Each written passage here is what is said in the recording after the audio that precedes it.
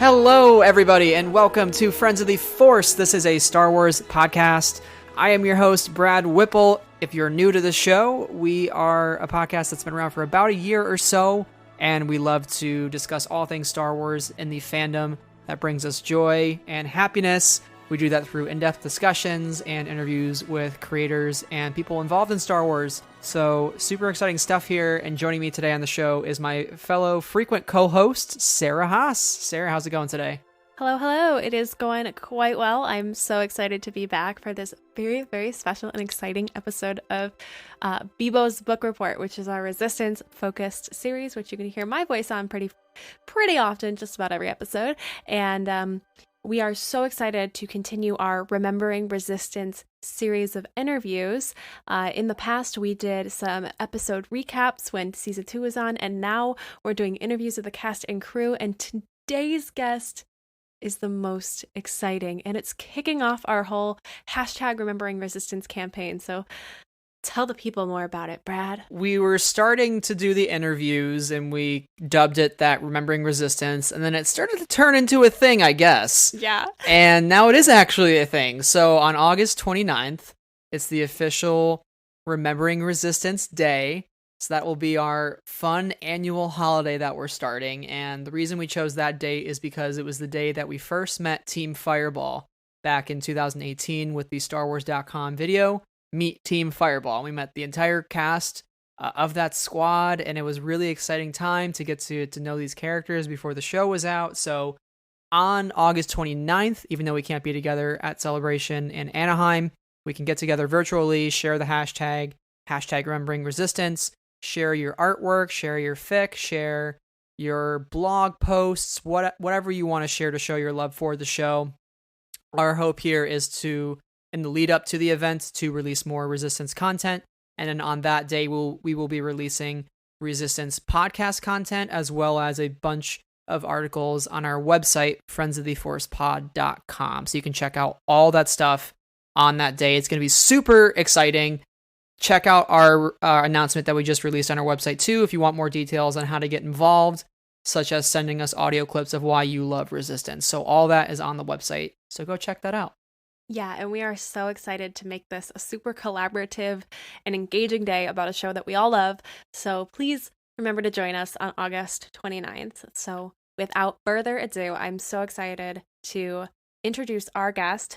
You've probably seen his work in such things as the Lizzie Bennett Diaries, Hawaii Five-0, or Days of Our Lives, or here in Star Wars as Kazuda Xiono himself. We are so excited to welcome to the podcast Christopher Sean. Let's kick it over to our interview with Christopher. I've never even played this game before. I have to say, I'm surprised your beginner's luck has lasted this long. Beginner's luck? Unbelievable! Woohoo! Oh, we only let him play because he was supposed to be easy pickings. You better watch yourself, boy. It's not my fault you're losing so badly. Kaz, you may want to be careful around these pirates. I do not know if you have noticed, but they have quite the temper. Don't worry, Niku. I think luck is in my corner. Let's keep this winning streak going. Christopher, thank you so much for joining us today. I guess the first question that I'd love to ask is, what is your past history with Star Wars? How did you get into Star Wars, and how does it speak to you as a fan? When I was a kid, my dad was in the military, and he'd be deployed. And he was in the Navy, so he'd be out at seas many times. And my dad would always tell us stories. And when he'd come home, he'd always surprise us and do funny voiceover impersonations of Chewbacca and Yoda and Obi-Wan. And I would remember being in our bunk beds in the room, and in the doorway, I'd see my dad running back and forth, pretending to be the different characters on both sides of the door, beating up the stormtroopers and yelling as Chewbacca, running through the door like a Niku.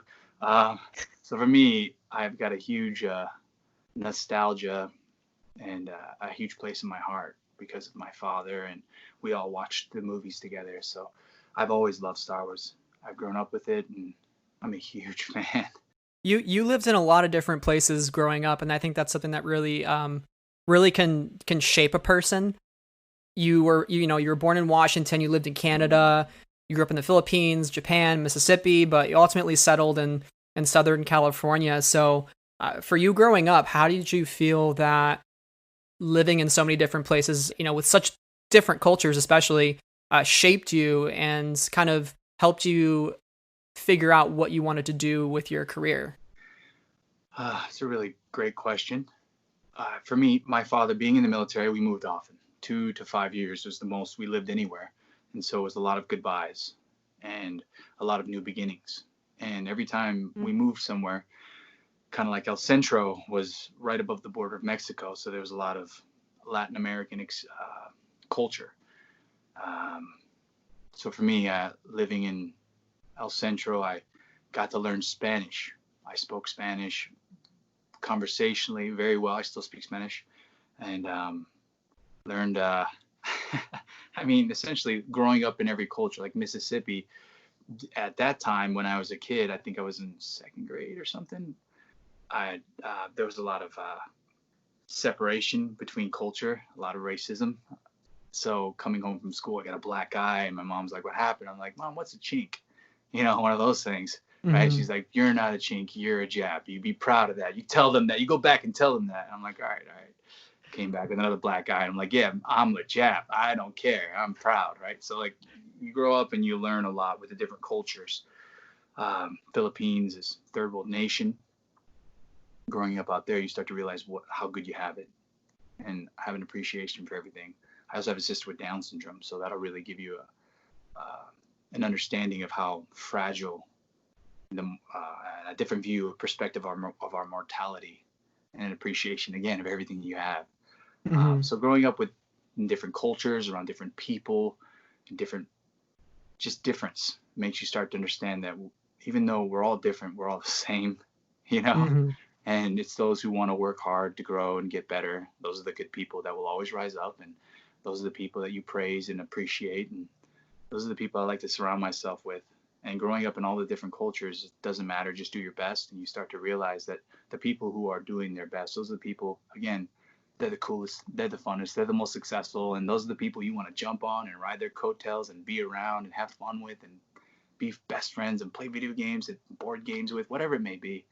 So I think growing up in many cultures, it's really helped me have an appreciation of hard work, success, as well as kind of jump in and be a chameleon to different cultures, because I couldn't just be myself. I had to like fit in with the Latin American culture. I had to fit in with the black culture, with hip hop and rap. I had to fit in with wherever our community was at, wherever we lived. If it was a Navy housing off base, I never lived on base, so it was always off base. And in those areas, they weren't really policed so much. So a little bit more riffraff, I guess you'd say. I would say more wankster, not gangster, wankster, wannabe gangsters, right? But not, it wasn't never hard, but it was never easy, you know. Mhm. So you grow up and you learn a lot, essentially, and I take all of that, those experiences, and it helps me very easily find kind of my interpretation of my art reference to acting. So one of the first projects that I kind of recognized you from was the Lizzie Bennet Diaries, and I watched about. I actually went back and I watched about half of the series last night, and just for fun and to catch up on that. And since then, you've worked on Hawaii Five-O and Days of Our Lives, and now in voice acting, Star Wars Resistance.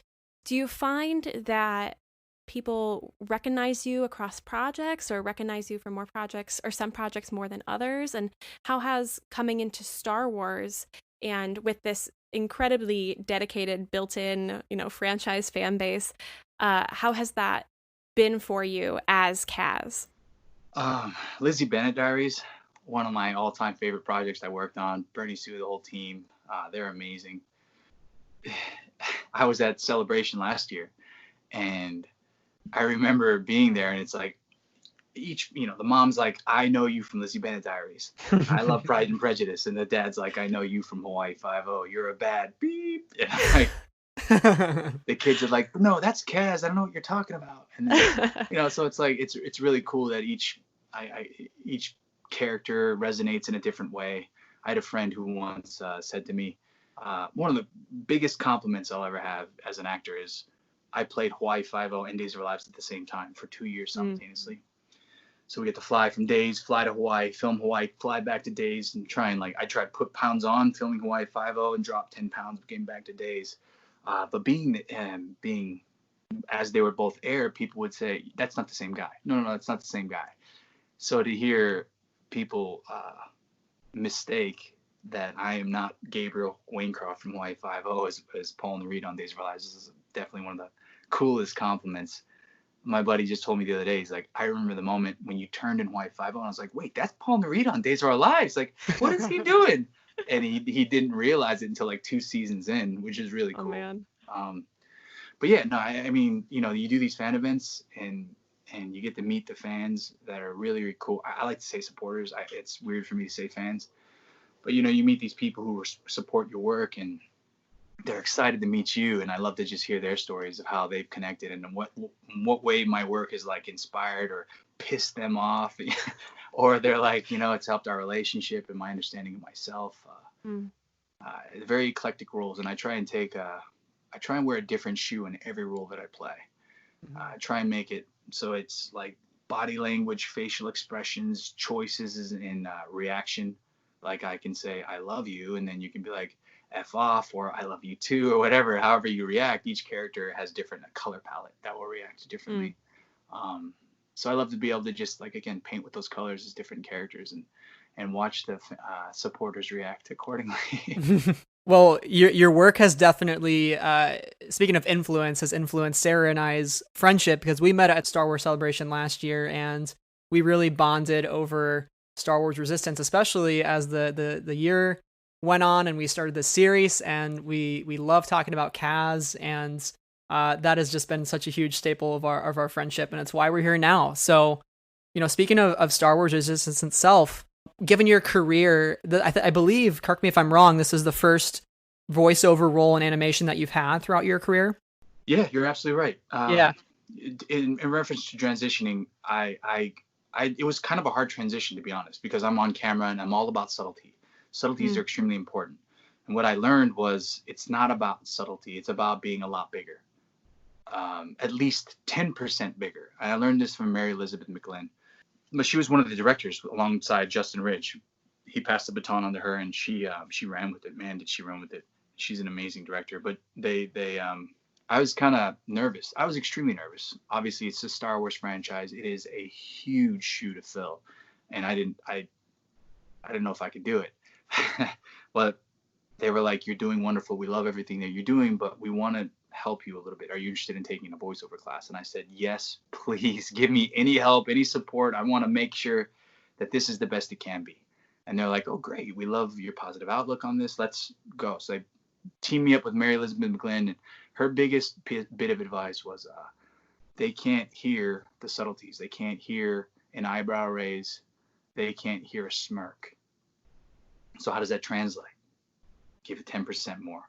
So again, I love you, right?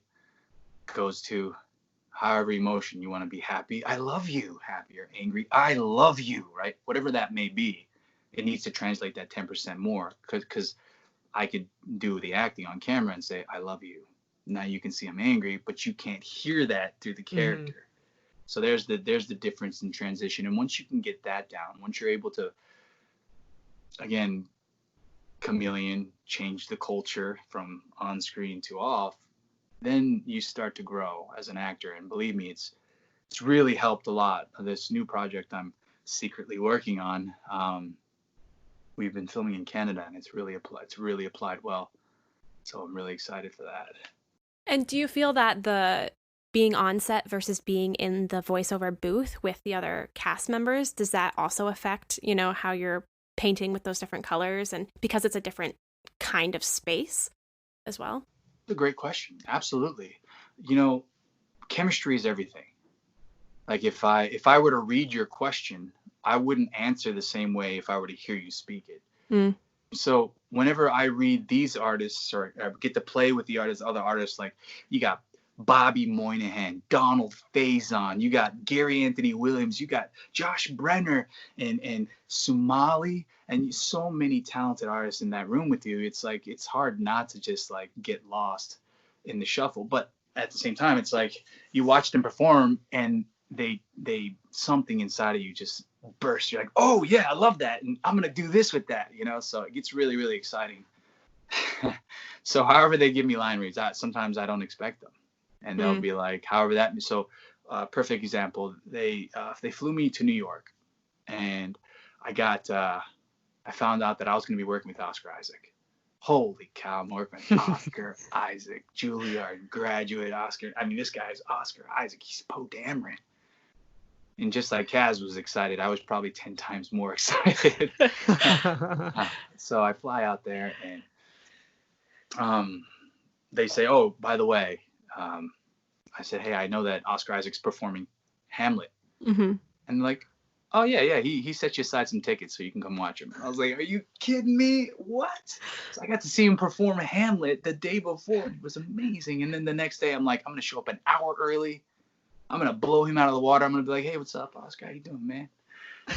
As I walk in the room, he's already there sipping tea. He's like, I love your work, man. It's great choices. I was like, what is he doing here? Like, what?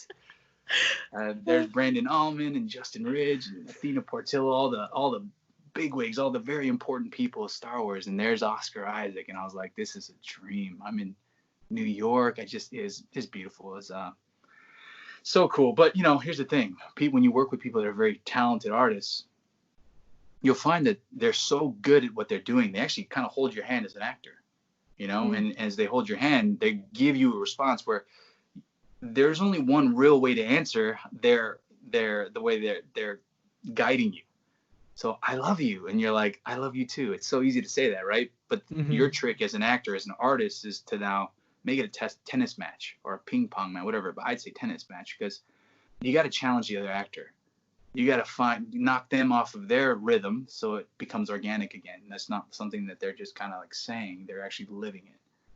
And so the way that your job is to then, they say, I love you. And then you throw a little kink in the machine, right? I love you too. And they're like, what? You know, like, what was that? And then the tennis match begins. How do you not do exactly what they want? And how do you throw them off to where it still stays compelling? And that's your job as an actor. Once you get to that level, it's a lot of fun. And playing with Oscar Isaac was like the coolest thing. He is so talented. Yeah, I mean, that must be so exciting to work with Oscar Isaac, and then to have Kaz be introduced in the show through the context of Poe Dameron, and he's like, you know, learning from the best, but he's also being put on this crazy mission initially with these lofty expectations. And you know, Kaz kind of wants to live up to it. You know, he wants to be the big guy. He wants to be the Resistance spy, and that really comes through in the performance and how the banter between those two characters goes. It really comes through as just so funny. Working with such a diverse cast of people, especially, I think that's one of the biggest things that stands out for Star Wars Resistance, and at least something I will remember the show for is how many different voices were a part of that show. So that is just so important, especially for kids growing up watching this. The show is meant for kids, but adults can relate to it just as much. What do you see as the impact of that, and how is it to be a part of a project with people that are not only extremely talented, but incredibly diverse as well? The importance is, I mean, as you said, the importance of that is everything. It's immense, because me growing up, I didn't have anyone that looked like me. I'm a half Japanese, half American actor. I mean, that race is called a Hapa, right? And how many Hapas do you know on television right now that are mixed? I mean, you could probably name them on one hand, right? So for me, it's like, I'm not Asian enough to play Asian, and I'm not white enough to play white. So where do I fit in? And if I don't see myself on television, and which television essentially is culture, your culture, you're learning what is cool, what is not cool. And if you are invisible, then you're just not important. And it really does screw with the psychology of a child.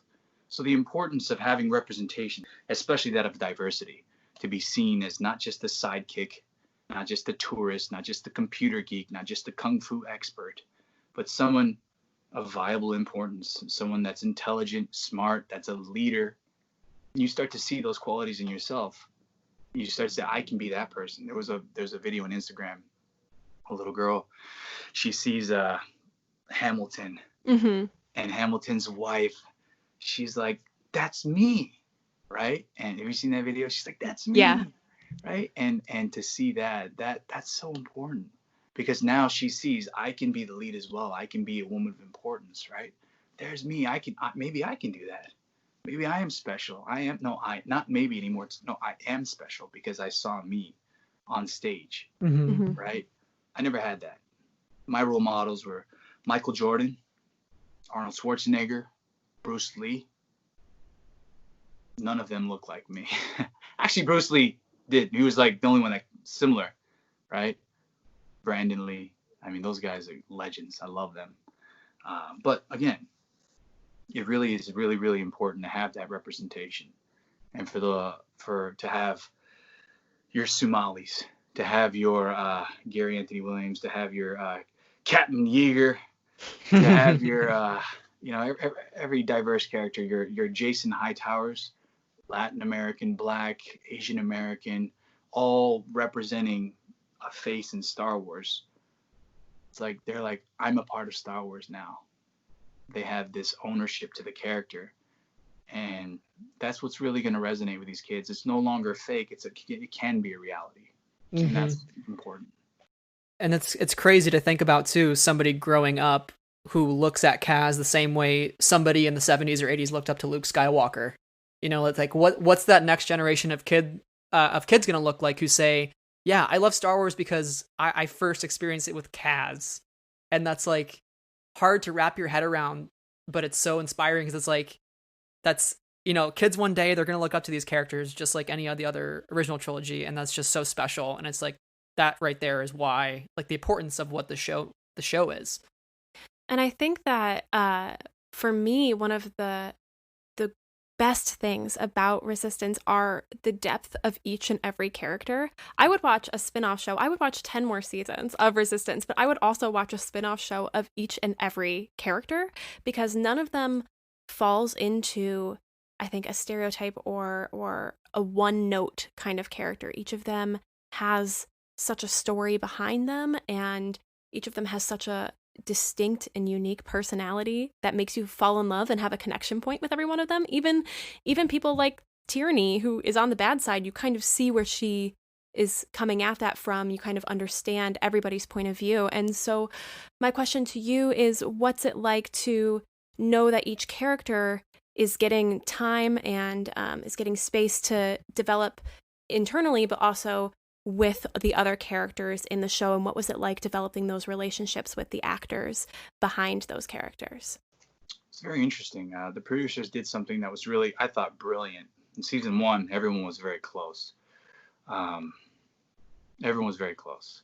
Season 2, they separated the storylines. Kaz went one way and Tam went the other. And in doing that, they actually separated the voice acting teams as well. So the Fireball and Team Colossus all kind of started working together. And then you've got the First Order in the other rooms. Elijah Wood, Frodo from Lord of the you got Susie with Elijah Wood over there. And that darn Ruckland, he's such a troublemaker. Right? And then you got Somali. But, you know, the amazing thing that they did was they really showed the manipulation with Tierney. They really showed how one person who's hurt and can go any direction, depending on who guides that person. That's how they will flourish. That's how they will become who they are. So whoever gets their hands on a damaged person first is going to win. And, you know, so that's why it's so important to understand, again, the culture you're in, to know yourself, and to have strong enough opinions of your own to know what's right and wrong. And that's what's great about this show, is it shows that, you know, it shows that, look, this can happen. Manipulation can happen. Even though you trust someone, you get to see both sides of the coin. But yeah, I mean, it was really, really cool what the producers did, again, separating us and then us kind of developing that distance from Tam. So when we finally were brought together, there was true emotion, like, how you been? What's going on? And we were able to take that, and it would permeate the scenes. And when we were in the room, kind of on mics, there was a distance, and there was we were embracing each other through our performances. You know, it was really, really, they're good. That's Star Wars. They're great. Yeah. Animation's great. Sky Talkers is another big Star Wars podcast, and they always say, look to animation for the future of Star Wars. And I feel like that is truly the case, whether it's diversity or the certain method acting that you guys were doing to really feel that distance between the characters. But something you said really, really stuck out to me in terms of the manipulation of Tam. And I think when you look at the story of Star Wars, that is very much a very common through line, you know, with characters like Darth Vader or Kylo Ren and Tam, and the idea of you know, how do we treat people who make mistakes? And I think season 2 of Resistance is very much about owning up to mistakes. I think at one point Niku says, everybody makes mistakes, Tam. It's just that some are more cataclysmic than others. And that is like, I was like, that's such a brilliant line. It's so good, but it's the truth. So, and I think it really just boils down to having compassion. Compassion is something that George often talked about, and just, you know, love each other and treat each other good. Do you see that as just such a staple of the show in terms of how we rebound from our mistakes and how we forgive the people around us? Like forgiveness just being such a huge aspect of the show. Yeah, forgiveness, understanding, uncomfortability is where growth happens, and we all are uncomfortable. I mean, we could all just say, hey, what's the most uncomfortable moment? You're like, where do I start, right? We all have so many stories. But in those uncomfortable moments, we as people realize that we can no longer be who we are. We must grow or get stuck in the obstacle and develop issues in our future. And we always want to overcome. That's just, as human beings, we always want to overcome. We want to win a conquest. We want to succeed. We want to win. So when obstacles happen, you have to overcome them. You have to. And so much of Star Wars is that. It's, okay, so you're doing nothing in your life and you're bored and you want more for your life. Well, we're going to give you an obstacle so big that who you are now, will fail. Only who you will become can succeed. So that's kind of what happened with Kaz. That's very much so what happened with Luke Skywalker. You know, a young, naive guy wants to see the stars, wants to see space, see the universe, and then he realizes he has to train and become a Jedi, someone who he was never, all-powerful Jedi, to then overcome these challenges, these obstacles. And even some of the greatest obstacles are the ones closest to us, because family, right? No, I am your father. It's always the people closest to us that hurt us the most.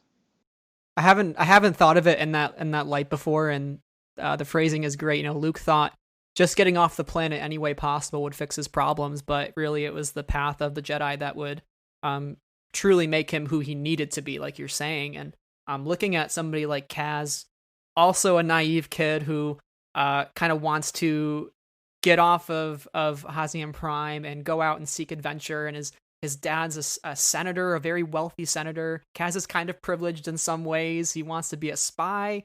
He wants to be a part of the Colossus team. He wants to be an ace. There's so many different things that he wants to be. He grows so much throughout the 2 seasons. So how do you really feel that other people's perceptions of Kaz and kind of what they label him as initially affected him and kind of got him to where he ends up? Kaz has always been kind of a do before thinking type character. He's gonna take action before he even thinks of plan. He's like, we have to do something, right? And obviously those types of people are going to get into a lot of trouble, but with the right tenacity and the right attitude, success can still shine through, not for yourself, but not just for yourself, but for so many. And that's kind of what happens with Kaz. Kaz's father, played by Sima, the same person who played the father in Mulan and many other, he's like Hollywood's Asian American father. We love Sima. But with Kaz, kind of being the son of a senator, he lived a lavish lifestyle, silver spoon. He was always taken care of. Anytime there's a problem, he called his dad. And when Hosnian Prime blew up, he had nothing to fall back on. So at that point, Kaz had to become the hero, not play pretend anymore. He just had to become it. And so there was no longer a choice. And if actually there was a choice, give up or keep fighting and really put everything into it. And that was it. So I would say that I keep wanting to go back to the original, the question prior. You have to grow in uncomfortable situations, and Kaz grew. He knew who he wanted to be always. I want to be an ace. I want to be a spy for the resistance. I want all these things. And everyone was like, you're ridiculous. No, it's never going to happen. You're out of your mind. Whatever the thoughts were, those are all people, again, projecting their issues onto Kaz. And Kaz stayed true to exactly what he wanted. He achieved every single one of those goals. And that's just it. No matter where you are, no matter who you are in life, as long as you stay true to yourself and you work hard. There's a woman who was in the Marvel Black Panther movie. She was the elder in the Black Panther tribe.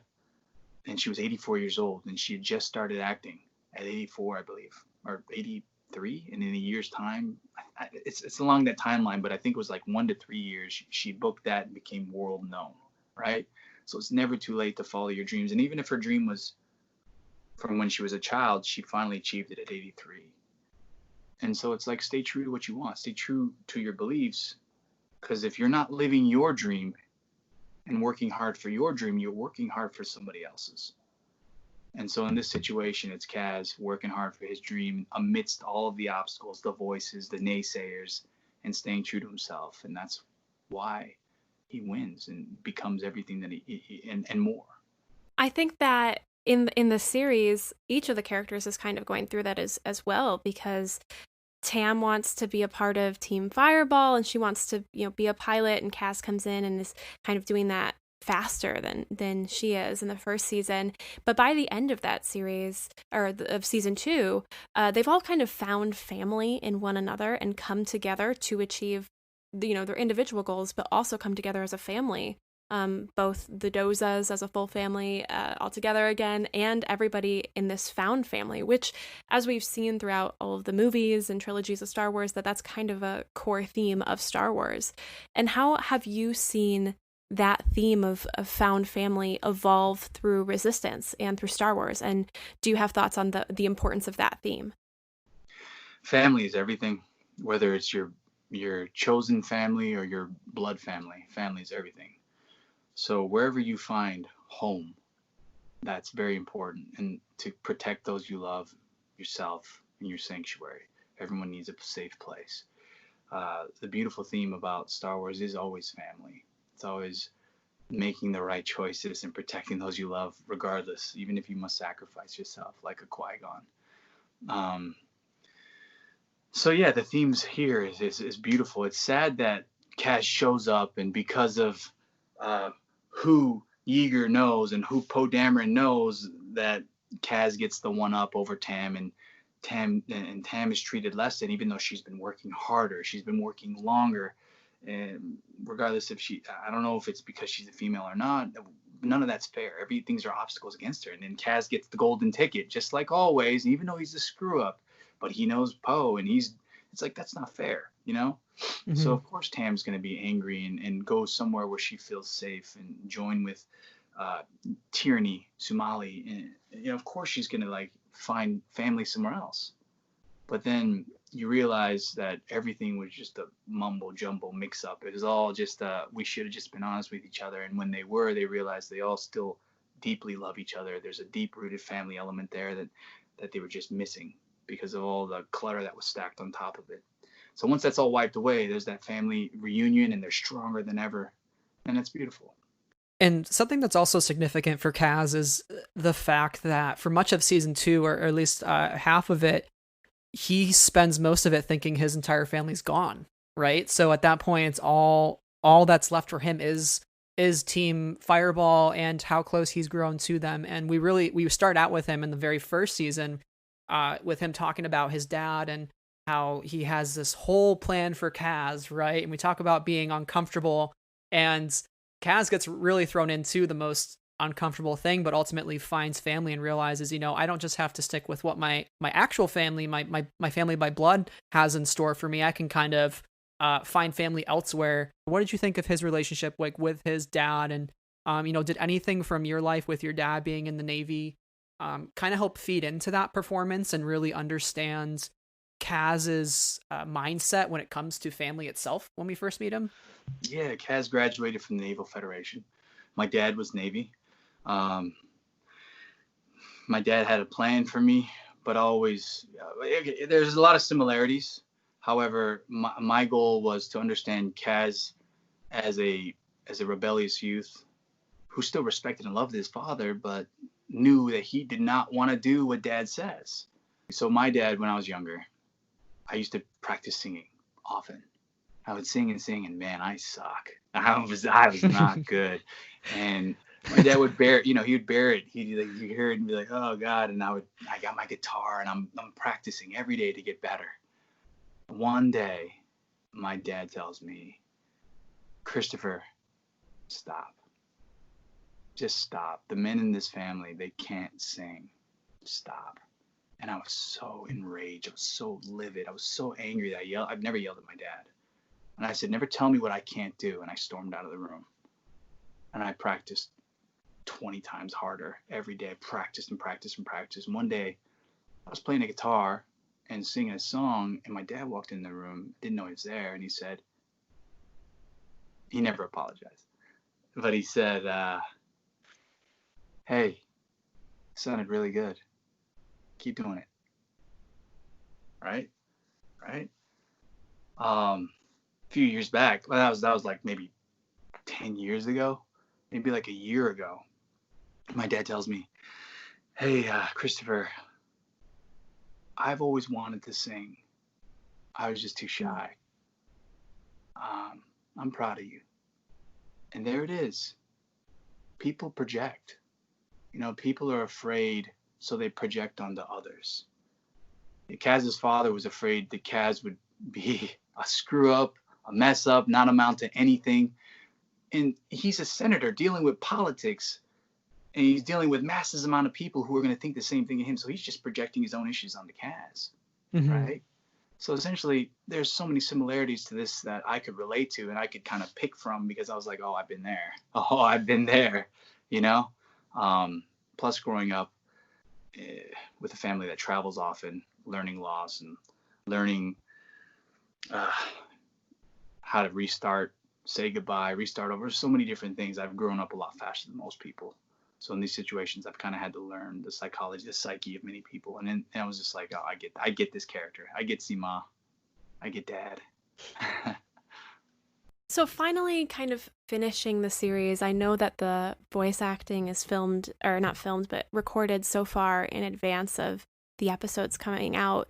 What was it like for your final days filming, or not, I keep saying filming, recording lines as Kaz, and kind of saying goodbye to people in the studio, and the wait, for season 2 to be out in the world, and then finally for season 2 to be wrap up? What's it like to say goodbye to this character? Man, that pulled my heartstrings. Definitely the most fun I've ever had on set. And you're right, it is filming, because we have mics and we have cameras set up, so they record our expressions. And so the characters get our expressions, the way we emote and the way we talk and the way we act. Like, you'll notice Kaz's right eyebrow's up often. It's just something that I do. It's weird. Maybe it's a nervous tick. I don't know, but my right eyebrow is always up. But yeah, so they were filming us as we perform, and they take those mannerisms and they apply them to the character. And Kaz is me, just taking my name and putting a highlighter over it. It's just a more vibrant version of me. But it was really hard to say goodbye, because it was a family. Every day I made it a point to sit down and, cool thing, I'm Asian American, and I'm the lead of Star Wars Resistance, the first Asian American lead of any Star Wars franchise. That's huge. But I would never walk around and say, hey, Chip, welcome to my show. Hello, how are you? No, it was like, hey, man, welcome. We're all a team. How are you? How's life? How's your family? And we all got to know each other, and we'd sit down and talk. We were equals, every single one of us. So we were a family. It started from the top down. Dave Filoni even came in, and he was like, we're family, you know? He gave us all advice. He talked to all of us, Justin Ridge, Athena Portillo, Brandon Alm, and again, they're all amazing. So it was so hard to walk away from it. In the time that it took to announce on Days of Our Lives, there was a 6-month turnaround when I was filming that. Mm-hmm. So, it's 6 months. I would be like, oh, geez, they're going to announce me in like 5 months. What am I going to do? I've already filmed so much. Star Wars is like over a year. So it's like you film it and you're like, oh, yeah, I forgot we did that. Holy cow.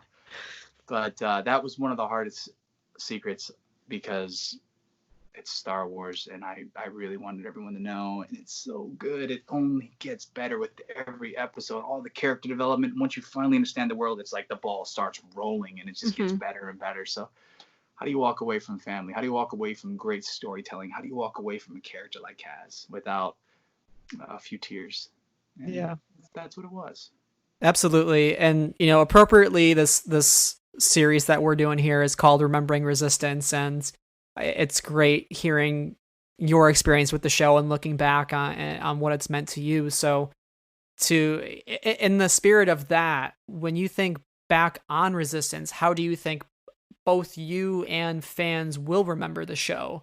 What message ultimately do you think Star Wars fans will take away from the show, and why they should watch it, even though it's not necessarily in our lives anymore? I say we all started somewhere with Star Wars, and many of us started as children or were introduced later in life. Our show is a post-trilogy sequel, right?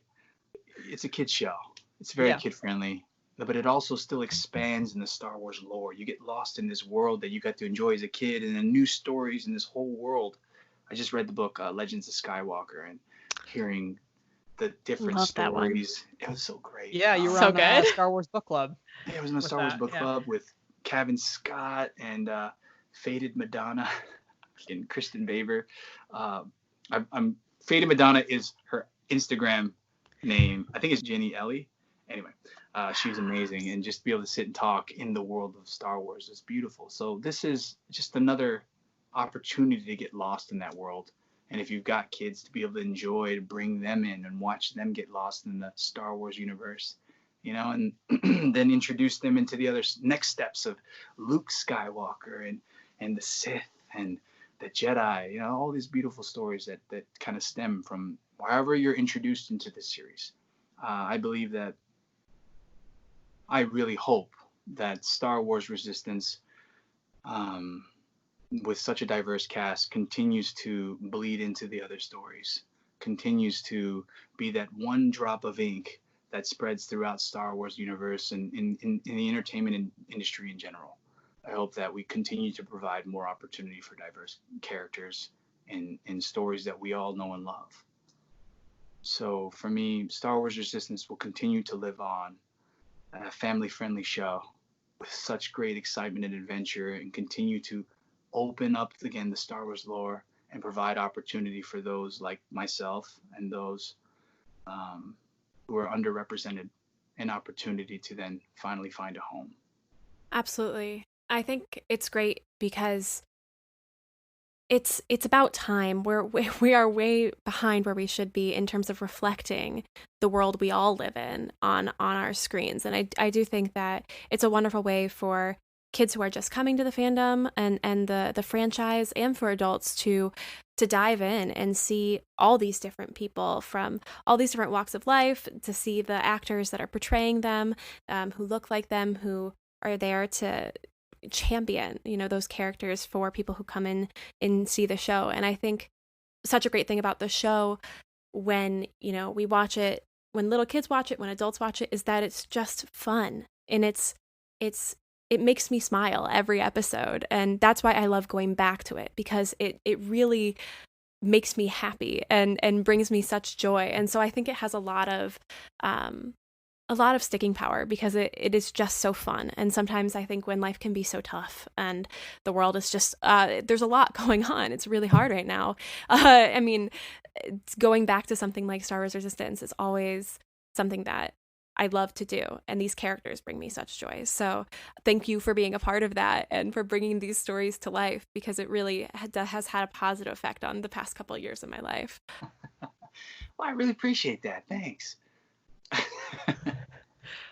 Amazing. Well, Christopher, we like to wrap up every episode that we do an interview with a small round of rapid fire questions. And it usually sounds scary at first, but really it's nothing more than some lighthearted questions to keep you on your feet. But our first question that we want to know is, what is one of your favorite memories from the set of Star Wars Resistance? Whether it's a funny moment, a moment that made you cry, a moment that made you shout in joy, whatever really comes to mind for you.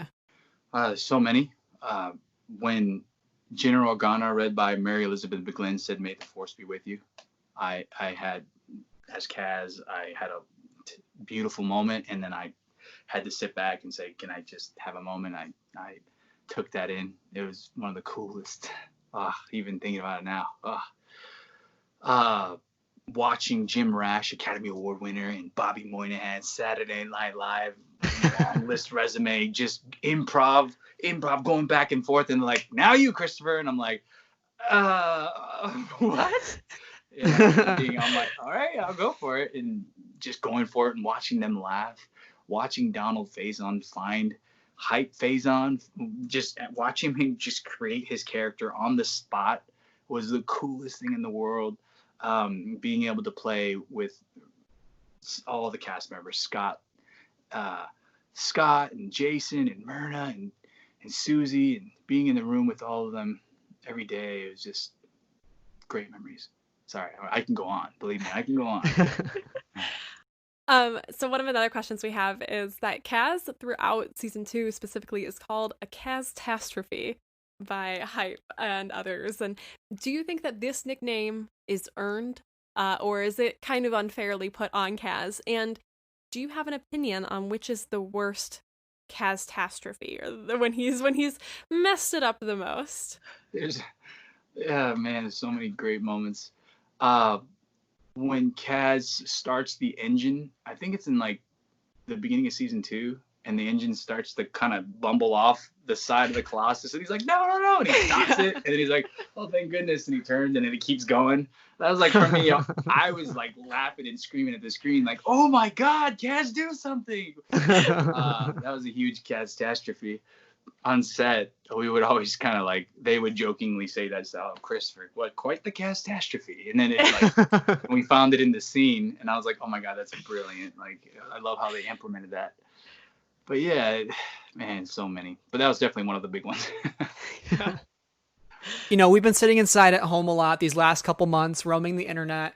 And one of the things that Sarah and I have discovered, one of the funniest things that we've seen in recent months, is you and Jason Hightower have a set of videos, the Cowboy Thoughts.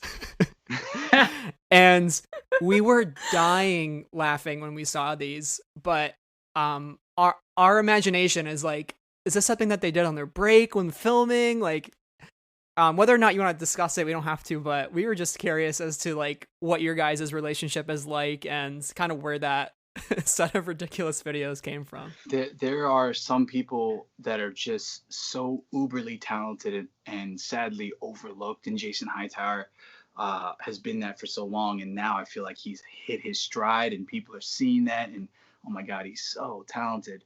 And being on set, him and I would just joke all the time. It was like, kind of like, the sad thing was, we'd be on set, I'd be the one screwing around, and they'd be like, Jason, stop it. And he's like, what do you mean? You know, like, he doesn't have like a Latin American accent, but he would jokingly do a doza. But anyway, like, he's so talented. He's super, super talented. And I was just like, oh, man, you're so talented and you're so cool. Like, do you want to do something together? And he's like, yeah. And I'm like, hey, maybe you can help me with this project. And he's like, okay, cool. And then he helped me. He brought all of his gear, came to my house, set it all up, edited everything for me. And I was like, dude, I got to do something for you. Anything. You let me know anything. And he's like, I don't know. I was like, how about your social media? Let's do some silly videos. Let me spruce that up. Maybe I can help. I got a little bit of a following on my Instagram account. He's like, okay, fine. He was heavily against it. He was just like, it's just, I don't want to like make myself look. He's like, I don't know. It just seems a little too selfish. I was like, no. People need to see your talent. You're so funny. And that's kind of where it happened, man. And we just started making these silly videos, a whole list of them. Yeah, we watched all 5 parts, and let me tell you, one of the best sagas I've ever seen. It's just pure bliss, and his voiceover throughout the entire thing is just so good. He's great. Highly recommend. Oh, thanks, man. I appreciate it. Yeah, Cowboy Thoughts. Check it out on his Instagram and on my Instagram. Dude, he's extremely talented. And he's doing some big things too. So I can't wait till they're announced. Yeah, we discovered that like in the height of like quarantine and all the COVID stuff happening. So we really needed the pick me up. It came right at the perfect time for us. So my follow up to that, speaking of social media presence, you're definitely a gym rat. I can tell from your Instagram. So I want to know, does that translate to Kaz, and who is Kaz's, in your opinion, who is Kaz's go-to workout buddy on the Colossus? It's like a fun hypothetical question. I think Kaz would be too afraid to work out with a Doza, but a Yeager with years of intelligence and military background would be a great mentor and coach. I think he'd probably work out with a Niku and pretend like he knew what he was talking about, and Niku would be like, "Yes, Kaz, that's great." And he'd be like, "Yeah, 5 more repetition runs, whatever that is." But yeah, that's canon now. Yeah, right. I've been working out my entire life. I've done a lot of different types of I've touched in a little different types of martial arts. I've always been a huge fan of superheroes and working out. And so for me, it's like we were just kind of touched up on the idea that they're making rumors of a new Batman Beyond series, and they might make Terry McGinnis an Asian American, and there might be Michael Keaton coming back as Batman. As an old man, just like the Batman Beyond series. So anyway, that's all stuff that I strive again to be proper representation for children that break stereotypes. I'm an Asian American male who's not petite, who's not who actually, look, I am a computer geek. I love video games. I love taking pictures. These are all stereotypes, but I want to break the mold. I'm not just that. I'm all of them and more.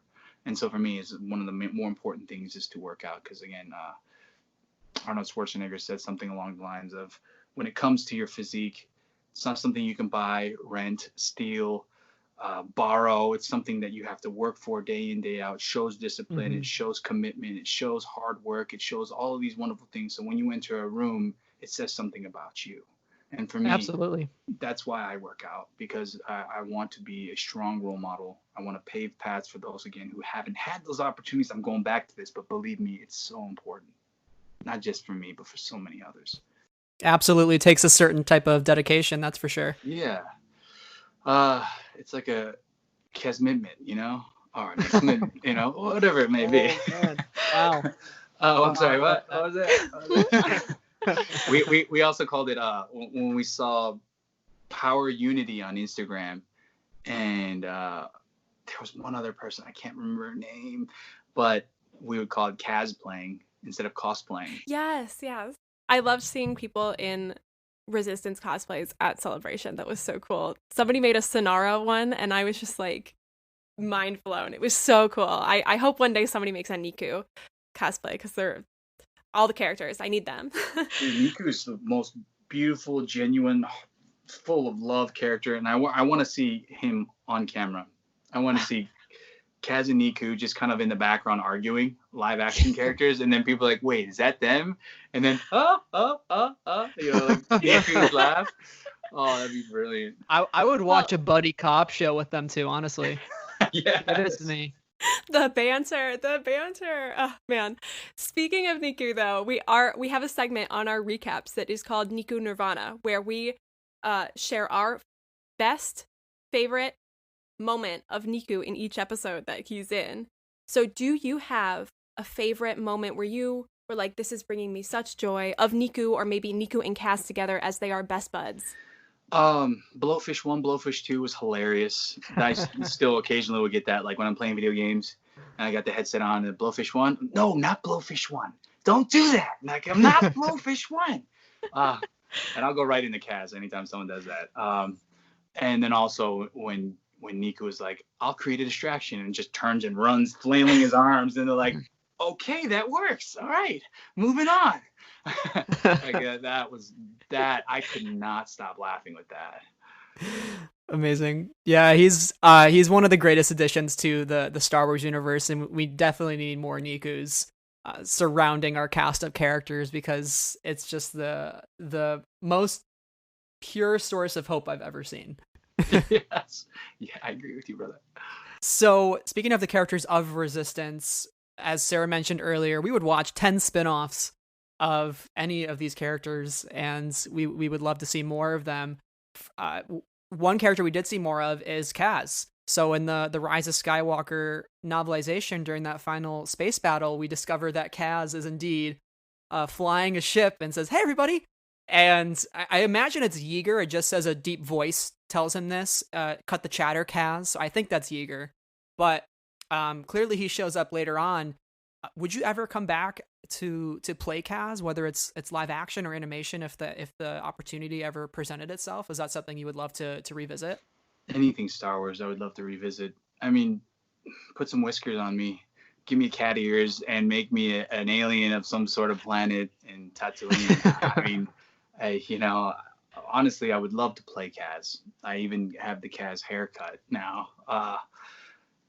But it's not up to me. It's up to the Lucasfilm's gods. It's up to Dave Filoni. It's up to Jon Favreau now, right? All these heavy hitters, Kathleen Kennedy, Athena Portillo. If the opportunity ever presented itself, believe me, I would not hesitate in a second. I've seen several pictures of you like in Kaz uniform, and I'm just like, dang, I would really love to see it. I was like, I would love that so much. Dude, that means the world to me. Thank you so much. Yeah. So kind of wrapping up, I don't know, Brad, if you have any other questions, but what does Star Wars mean to you at the end of the day? What is the thing that you take away most from Star Wars as a large franchise, as, Resistance, as your role in the franchise and within the universe? What does it mean to you? No matter how dark things can be, no matter how dark things can get, there is always hope. And it's up to you to create change. Absolutely. Hope is one of the most important things. If it's like the hope is like the sun. If you only believe in it when you see it, you'll never make it through the night. It's one of my favorite General Leia quotes of Star Wars. It's a great one. So, Christopher, thank you so much for joining us on Bibo's Book Report. Never would we have imagined when we started the series we'd be talking to Kazuda Xiono himself in the flesh. It's so great to have you join us and hear about how you remember Resistance, and we hope that we can continue to remember Resistance in the many months to come. So, with that being said, where can our listeners and fellow Resistance fans find you on social media, and what projects do you have coming up that you can talk about that you'd like us to tune into? Well, you guys can find me on Instagram. I'm heavily available on Instagram, Mr. Christopher Sean. I reply to a lot of direct messages, so if you want to say hi, I typically reply hello. On Twitter, I'm not as active. On Facebook, I'm hardly ever there, but those are Christopher Sean as well, at Christopher Sean, just my name. And I think the future projects, I have a comic book coming out that I've worked with one of my closest friends with for a couple years now, and we have a first issue getting ready to be released on a Comixology, so I'll keep you guys updated on that. There are 1, 2, 3, maybe 4 projects that will be announced and or coming out within the next 3 months, July, August, or September, that I've been a part of. One of the big ones I am a lead on, and I'm very excited for everyone to see this one, because that's going to be the big one. So we have, still, that's terrible, the secrecy that surrounds everything, the veil of secrecy. Yeah. But once that's lifted, man, I'm really really excited for the hype that's around these projects, and I cannot wait to share. So if you guys just want to say hi, keep in touch, I'm there. I'm on Instagram. Awesome. Well, we cannot wait to see where your career takes you, and we hope to continue to see you in animation, because you clearly showed that you brought Kaz to life, and I want to see what other kind of characters you can bring to life as well. So this is definitely not the end of that for you, I'm sure. But thank you again so much, Christopher, for coming on the show. We really appreciate it. And as always, thank you for being a part of Team Colossus. Thank you very much. And from Kaz, I really enjoyed being a part of Bibo's book club. Hope you guys have a great day. Thank you so much. Tune in to Star Wars Resistance on Disney+. Yes. The sign off of a century. I love it. I love it.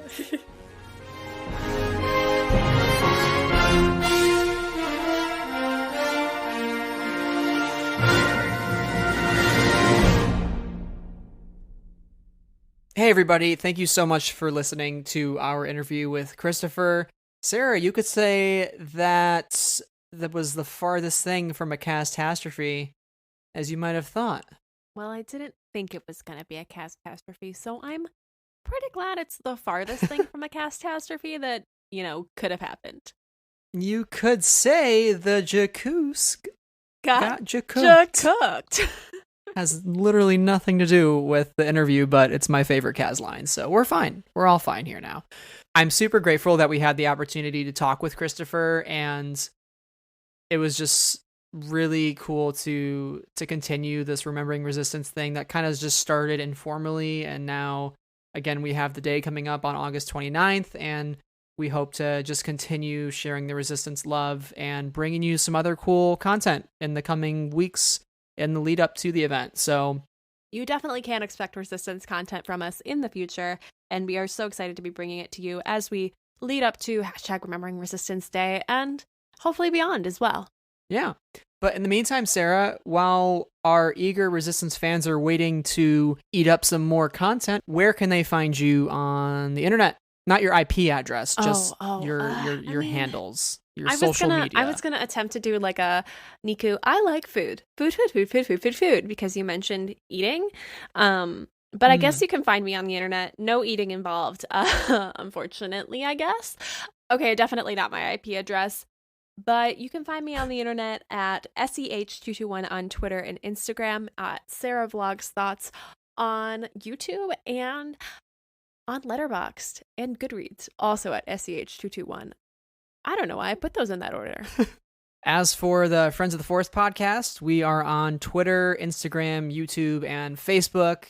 You can also consider joining our Patreon, which, if you want to support the show in a very, very easy way, Patreon for just $1 a month, you can get some fun extra perks, and it helps to produce the show. So thank you to all of our current patrons who make this show possible. We have Anna, Cheryl, Deborah, Donnie, Elegy, Marie Claire, Michael, Nadia, Neil, Rachel, Sarah, and T. So thank you all for being fellow patrons. We really couldn't do this without you, and we couldn't have cool interviews like this. So super exciting stuff coming up for Friends of the Force, Sarah. I'm really, really looking forward to seeing what everybody shares on Remembering Resistance Day. It's gonna be a day long remembered, for sure. Just like Team Colossus. Absolutely. Ruckland's not invited. Absolutely though. not. Although Elijah would. You're invited, sir. Please come listening, anytime. You're invited. Well, that is all for this week. We will see you next time that we're talking Star Wars Resistance. And until then, we are ones with the Force. We are friends of the Force. And may the Force be with you always. Bye.